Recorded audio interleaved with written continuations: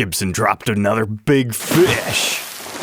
Welcome back, troglodytes, to your daily dose of guitar information, the Trogly's Guitar Show. We've got the new Jason Isbell Redeye 1959 to talk about today, among many other topics. But we'll start with the big one. Yeah, we got another $22,000 reissue. However, there are some unique specs here. So first things first, looks like a regular 59 reissue Les Paul standard. This particular one in the stock photo seems to have a really nice top, ringy wood grain, a little bit of waviness, and completely evenly figured up and down. But some sort of a weird finish blemish here. But as far as the headstock goes, everything seems about normal, just a little bit of wear and tear along the edges. With I'll admit, for brand new tuner tips, those look pretty decent. Like they're not just completely stark white, but not too crusty either. And there's nothing too crazy going on the back either, outside of like a little bit of fading to your neck and some light Murphy Labs magic. So now it's time to go back to this thing. Here's how the first 2 years of bursts work out. So it starts as this really vibrant cherry sunburst color, over the years can fade all the way down into this dirty lemon-like finish, and any hue in between. But in 1960, they start to change up the formula, and they don't age as much. So this little cherry spot is caused by something preventing the finish from aging. And this is not the first time Gibson has recreated Redeye. Back around 2013, it was introduced in the Collector's Choice series as number 16. You just kind of had a little red streak right here, and as far as the case candy goes, you had a COA booklet that had your serial number on it,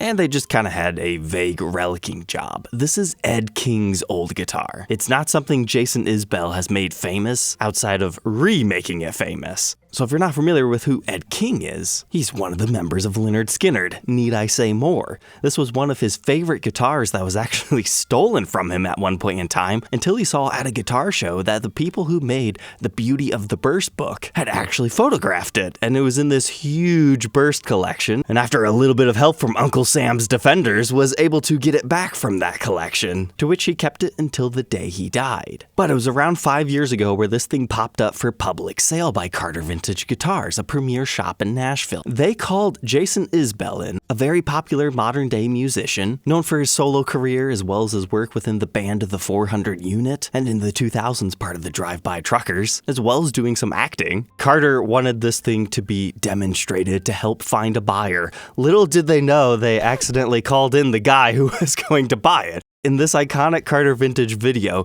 you can watch Jason falling in love with this guitar. He had never wanted a burst before this point. He had a few interactions with Ed King, but it never seemed like anything super substantial. But the story he tells, and other people parrot all the time, is after this, he called up his manager and is like, okay, can I buy this $400,000+ guitar? And they say, no.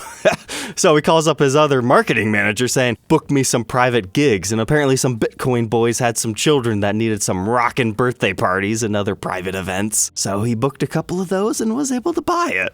So this is one of those bursts with a story, but looking at this old one, I could never understand, how did it actually happen? Why is there just a strip of red right here? Here's another one. You can see the red is very significantly different. And I've always heard it as like some sort of a hang tag over it, but I never fully understood it until look at this. I think this is how they're shipping the Redeyes out. This is a similar tag that would have been used, and now it makes sense in my head. Or you know what? Maybe it was just a price tag at the store and this is their best approximation of it. I'm not entirely too sure, but secured by the toggle switch tip, you've got this little tag here that they've made up that says, I sat in a window, my cherry burst faded, but thanks to this tag, my red eye was shaded.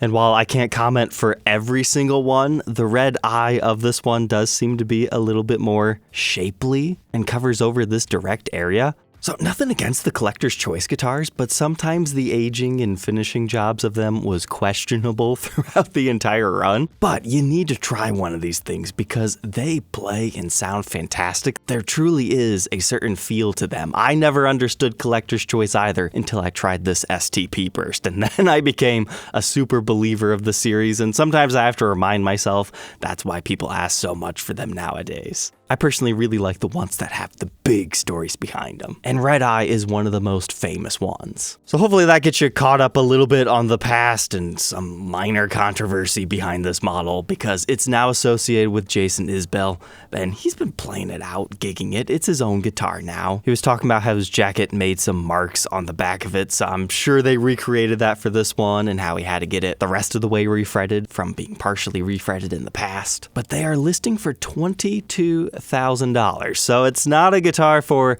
everybody. But I was really happy to see this. They actually put the Brazilian rosewood on it. Now keep in mind, Gibson just recently did a 59 reissue limited edition Murphy aged with Brazilian rosewood, and they dropped them for $20K. But if you don't like the whole Redeye thing, there were a few different finishes that you could choose from, and some are still available from Gibson Direct, with varying tops. And there's still a few also available just on Reverb, mainly the Bigsby versions. I've seen some dealers offer some really good deals on these if you're in the market, but now is the best time to buy. But anyways, the point I'm trying to get here is I didn't feel those ones were necessarily a great investment at $20K, but this one, for $2,000 more, you get 3 different names associated with it, and it's a limited edition down to 59, and it's part of Gibson's Collector's Edition. Sure, it just seems like they're going through Collector's Choice, rebranding it and doing a slightly better job, but if you took over a company and saw that, we didn't do the best that time, maybe we should try again. I can see where they're coming from, but what's really cool here is look,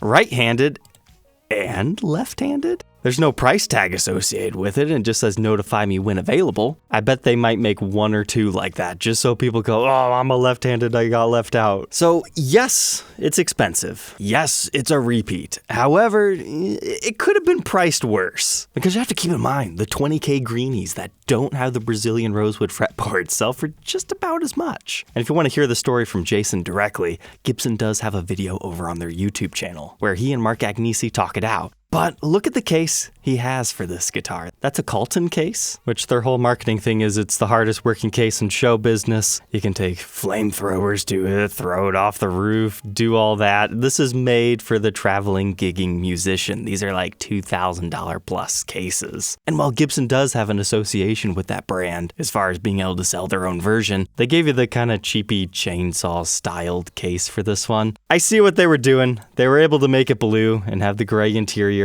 on a budget, and it's nice it's got the TSA latches, but I don't feel those should be used in the custom shop. They're good cases for Gibson USA, but then they're giving you a pretty cool blue strap with a red eye on it with like a crocodile skin exterior, leather on the inside. Yeah, that is pretty nice. Oh, the COA booklet. That's interesting. Blue with the red eye. Certainly different from last time. And then you've got him on the inside. And of course you get that tag that they made for it, as well as some Grolsch strap locks. As far as the rest of the specs, I mean, it seems to be about the highest thing that they can do. They say that they've completely scanned the guitar, top, back, bottom, recreated it the best they can as far as their marketing package goes. Doesn't look like they did custom humbuckers for it or anything. But again, this is a limited edition of only 59. So if anybody's interested, wants to do a new guitar day, have their guitar documented, feel free to hit me up. Otherwise, I've got a few other interesting ones for you, like this 1956 Gibson Les Paul that popped up over at Willie's American Guitars.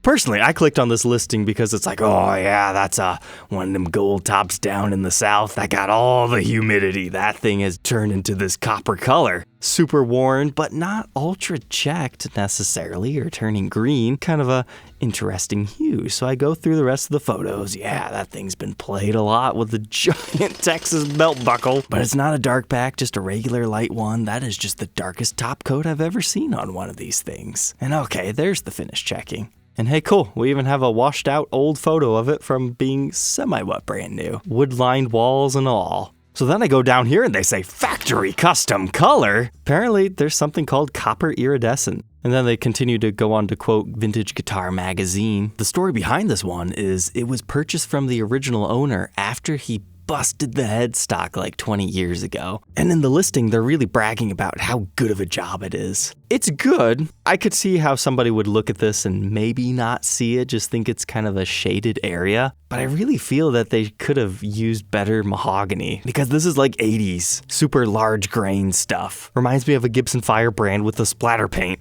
Whereas the wood grain is so tight over here, it does kind of stand out. But it looks like they just sculpted a new piece of wood right here, kind of like a volute that then just got shaved down. I've certainly seen worse headstock repairs, and I'm sure that's plenty stable, but hey, if nothing else, now you know copper iridescent is apparently a thing. They're asking $155,000. Vintage custom colors, yeah, that stuff gets crazy. But next up, we've got a Les Paul Prehistoric 89 reissue. I had to click on this one because of the color. Oftentimes referred to as a dark burst, I believe Joe Perry's famous for having something similar to this. It is on the color spectrum of things that could happen. That's why I decided to talk about it in this episode. But this was birthed within the prehistoric era, meaning it's before the official custom shop opens, as far as being a completely separate division, not being made on the same production line. And no, they're not as accurate as the modern day reissues, but that's kind of what makes them fun. It's the beginning. So official prehistorics from Gibson are 1983 through early 1993 before in October the custom shop opens. But there's a few dealer exclusive runs even before 83. I just thought this was a pretty nice 89. The interesting thing about 89s is you always gotta be careful because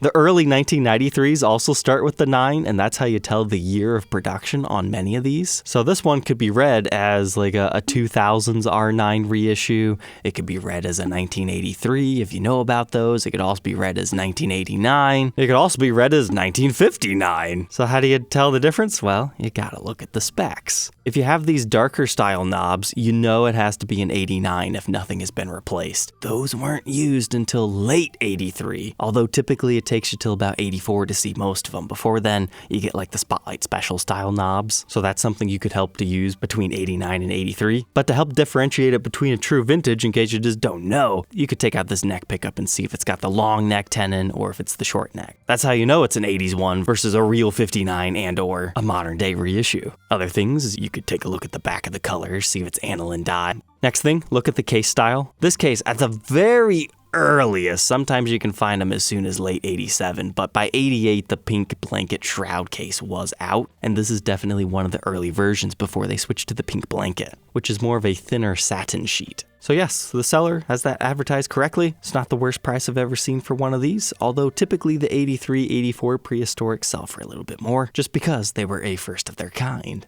But speaking of weird first-of-their-kind things, Thunder Road Guitars has their own custom version of a 58 Les Paul Standard here. So it's $8,100. That's a really good top. We've seen a few of these one pickup customs. You don't find the standards as often, so I think that's why this one was so interesting to me, especially because you've got all the Murphy Labs like aging to the pick guard, and you got the double white humbucker in the bridge. It's still the full ABR1 stop bar tail setup, but they've modified our control layout to only have one knob, likely just a master volume. So whoa, I just thought that was like with the 57 Classic, but I thought it looked a little bit different. Yeah, apparently stock DiMarzio Superstortion. And then since you only have one pickup, you don't need a toggle switch over here, so nothing in your way from going super strummo mode. But man, that actually looks pretty cool without your toggle switch route on the back. And then you've got this really dark, dried out looking rosewood fretboard that reminds me of some Brazilians. And apparently this is just VOS, there's not actually aging to it. Well, I say that with an asterisk, because in this Fender episode, I actually learned something. I was all confused when I took this pickguard off, saw a Fender Custom Shop Relic when it's a VOS, which I don't normally associate with a relicking. But Fender actually has 5 different stages of relic guitars. You've got VOS as the lowest stage, Closet Classic, Journeyman Relic, Relic, and then Heavy Relic. So I guess in many ways, I just never really associated VOS with part of the relicking process. All the super heavy age relic stuff usually has a VOS treatment to it as well. So it does make sense. But where they really sold me to click on this again instead of just saying, it's another one of them one pickup ones, is look at that. You've got a stinger on the back too, and it looks like the aniline dyes took over the white serial number here. Or maybe they purposefully stamped it red.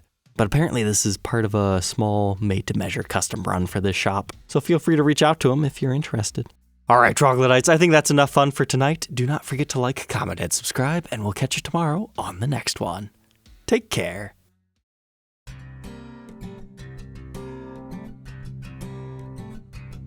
If you enjoyed tonight's episode, consider subscribing. I post videos like this every day, and you might even enjoy this next one.